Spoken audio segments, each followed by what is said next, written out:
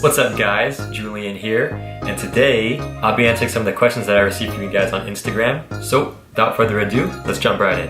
Alright, the first question I received is, where are you from? Well, I was originally born in San Antonio, Texas. I lived there for 12 years and then I moved with my family to Arizona, where I went to high school and undergrad at the U of A. Now I live in Chicago, where I go to med school. So, thank you for your question. What kind of specialty are you going for / are you interested in? Before I entered med school, I actually spent a year working in the emergency department, so I kind of have a bias towards emergency medicine right now. I just like the fast-paced nature of it, and I like the fact that you can do different procedures, and essentially it's all aspects of medicine but applied to an acute care setting. That's what really attracts me to emergency medicine, but my second and third choices would have to be either anesthesia or cardiology. Next question I received is, how did you get into medical school? Well, one day I decided to apply to the MCAT medical application system, and now I'm just playing. So after I finished my undergraduate degree, I actually took a year off, or a gap year, where I did clinical research. I worked at a hospital, and I actually retook my MCAT. So all of those things combined made me a more competitive applicant. This time last year, I applied to a bunch of different schools. I picked the school that I liked, and now I'm here. Definitely blessed to be in the position that I am, and I am excited for the journey that I'm on. Alright, so the next question I received is, are you single or married? My eyes caught up your profile, so I wish to say hi. No, I am not married, and yes, I am single.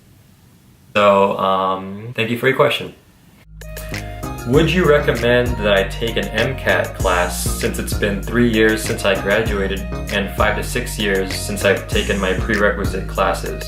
Actually, I think that as long as you're confident in the material that you learned when you took your prereqs, I don't think an MCAT class is worth it. I personally didn't take an MCAT class, I just solely studied based off the books. I actually bought exam crackers study material for the MCAT, and I did really well. So I say that if you're confident in your ability to study on your own and you're motivated, I don't think a class is worth it. I know they can be pretty expensive. All a class is they just force you to stick to a study schedule anyway. So if you're motivated and disciplined enough, I say that the class isn't worth it. You could do just as well on the exam on your own.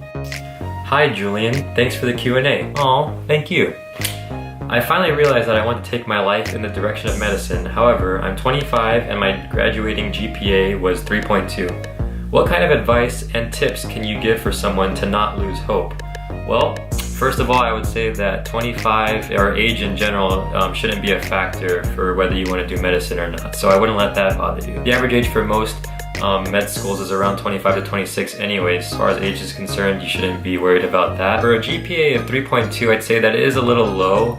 I think the average GPA for my school specifically was around 3.7. So one thing you could do to get that up, either do a post-bac or a master's degree, especially if you've graduated. Basically what you're trying to do here is just try your best to get A's in every class and boost your GPA as much as it will go. However, it is possible for you to get into school with a 3.2 GPA. Some of my friends have done it. It's not impossible. You just have to strengthen other aspects of your application by either doing more research, working at a hospital, getting more shadowing physician hours, or just doing more extracurricular activities and boosting your MCAT score. So those are 4 things that I know of that would help boost your application.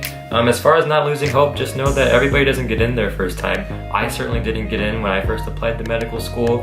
I'm a non-traditional applicant too. I took a year off and worked on my application. It can definitely be done, so don't give up on yourself. Alright, next question. Hi Julian Fit.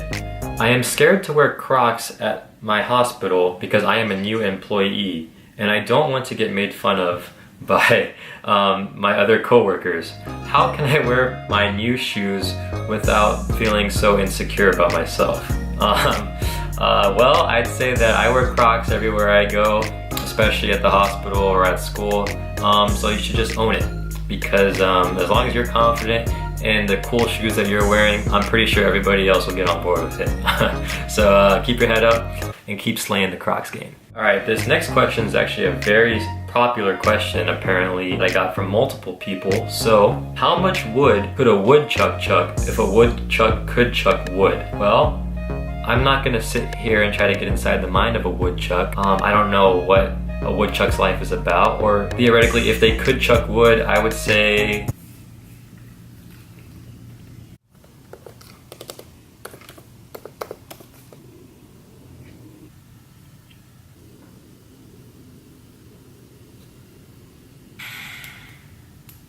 my God, 32. Alright, last question. Help, I just ate a peanut and I'm allergic to them. What should I do? Well, if you're still alive and watching this video, I'd say that you did a good job. Maybe go to the hospital next time. Definitely carry an EpiPen with you. Saves lives, especially for those that are allergic to peanuts. Oh, don't eat peanuts anymore. Alright guys, that's all the questions that I have for today. Thank you to everybody that submitted a question. If you want me to answer more of your questions or you want me to make another Q&A video like this in the future, please feel free to comment down below. You can also DM me your questions on Instagram.